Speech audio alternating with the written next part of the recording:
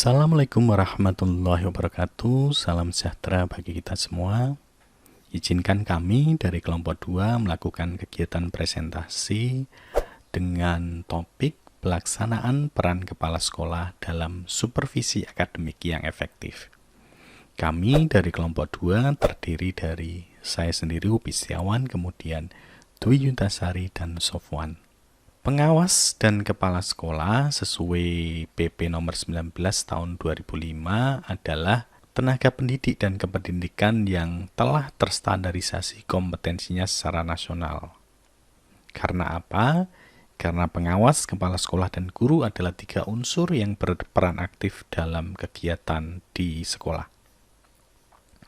Guru sebagai pelaku pembelajaran yang langsung berhadapan dengan para siswa di ruang kelas, dan pengawas serta kepala sekolah adalah pelaku pendidikan di dalam pelaksanaan tugas. Tugas apa? Tugas kepengawasan dan manajerial pendidikan yang meliputi 3 aspek, yaitu supervisi, pengendalian, dan inspeksi kependidikan.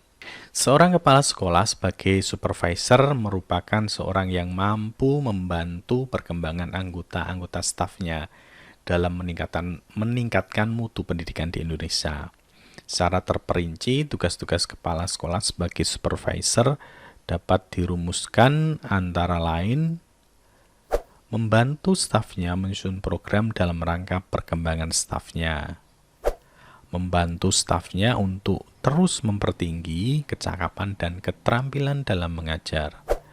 Kemudian, mengadakan evaluasi secara kontinu tentang kesanggupan stafnya dan kemajuan program pendidikan pada umumnya. Akan tetapi, kegiatan supervisi sekolah yang sudah demikian diatur dalam sistem pendidikan kita, praktik di lapangan tentunya tidak sesuai dengan harapan kita bersama. Ada beberapa hal yang harus kita perbaiki dalam kegiatan supervisi. Karena apa? Supervisi sering kali dipandang sebagai formalitas, sekadar dilaksanakan demi tujuan pemenuhan penilaian peningkatan kinerja guru, yang ini kontinu dilakukan oleh Bapak Ibu guru untuk mendapatkan angka kreditnya.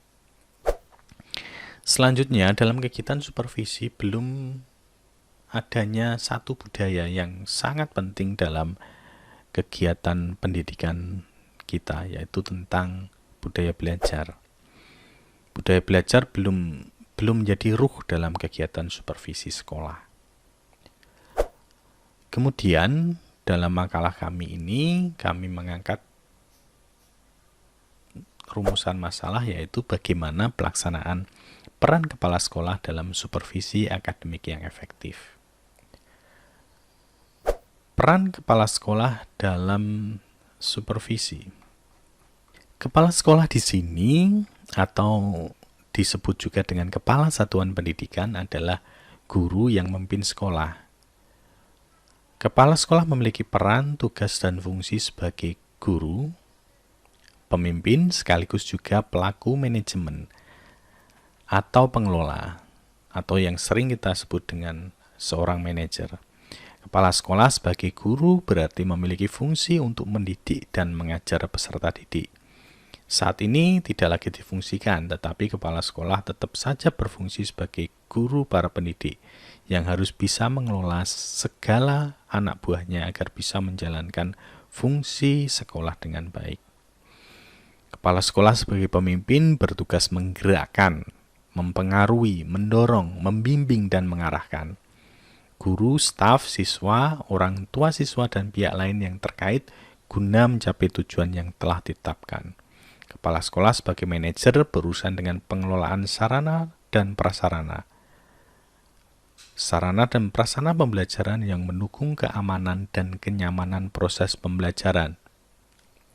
Tentu demi tercapainya tujuan pembelajaran yang telah ditetapkan.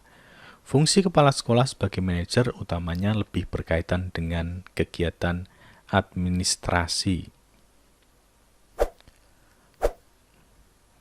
Dalam kegiatan supervisi, ada 3 tahapan. Yang pertama yaitu kegiatan perencanaan.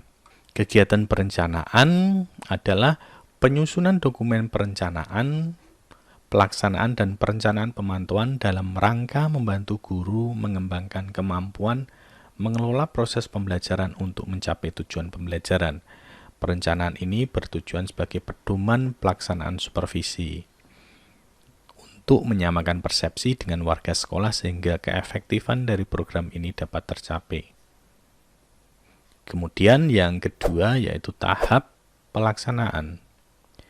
Satu di antara tugas kepala sekolah dalam melaksanakan supervisi akademik. Untuk melaksanakan supervisi akademik secara efektif diperlukan keterampilan konseptual, interpersonal, dan teknikal. Oleh sebab itu, kepala sekolah harus memiliki keterampilan teknikal berupa kemampuan menerapkan teknik-teknik supervisi yang tepat dalam melaksanakan supervisi akademik. Menurut Gwyn tahun 1961 ada dua teknik supervisi akademik. Yang pertama yaitu teknik supervisi individual dan teknik supervisi kelompok. Setelah kegiatan pelaksanaan, ada satu kegiatan lagi yang sangat penting yaitu kegiatan evaluasi dan tindak lanjut. Hasil supervisi perlu ditindaklanjuti agar memberikan dampak yang nyata bagi peningkatan profesionalisme guru. Dampak nyata ini diharapkan dapat dirasakan masyarakat maupun stakeholder sekolah. Tindak lanjut tersebut berupa penguatan dan penghargaan diberikan kepada guru yang telah memenuhi standar. Teguran yang bersifat mendidik diberikan kepada guru yang belum memenuhi standar. Dan guru diberi kesempatan untuk mengikuti pelatihan atau workshop lebih lanjut.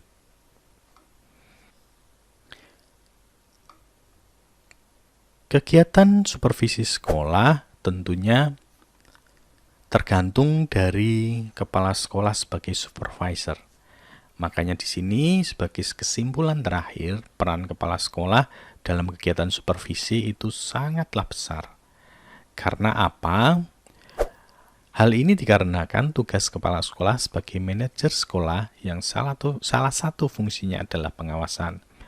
Agar peran ini dapat berjalan efektif, maka kepala sekolah harus memahami terlebih dahulu tentang prinsip, tujuan, dan teknik pelaksanaan supervisi tersebut.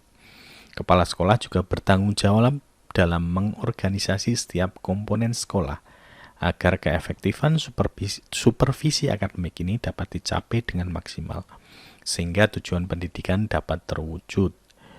Kemudian ada beberapa saran dari kami dari kelompok 2. Apa sarannya?